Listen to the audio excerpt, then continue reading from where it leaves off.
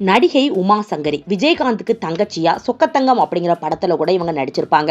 இவங்க இப்போ என்ன பண்றாங்க, இவங்களுடைய தற்போதையில என்ன அப்படின்னு சொல்லி பார்ப்போம்.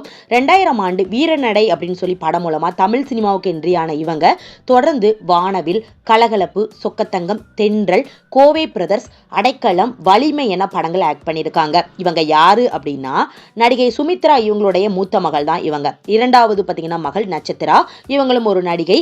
ஆர்யா, சூர்யா, மருதவேல் உள்ளிட்ட படங்கள்லாம் நடிச்சிருக்கிறாங்க.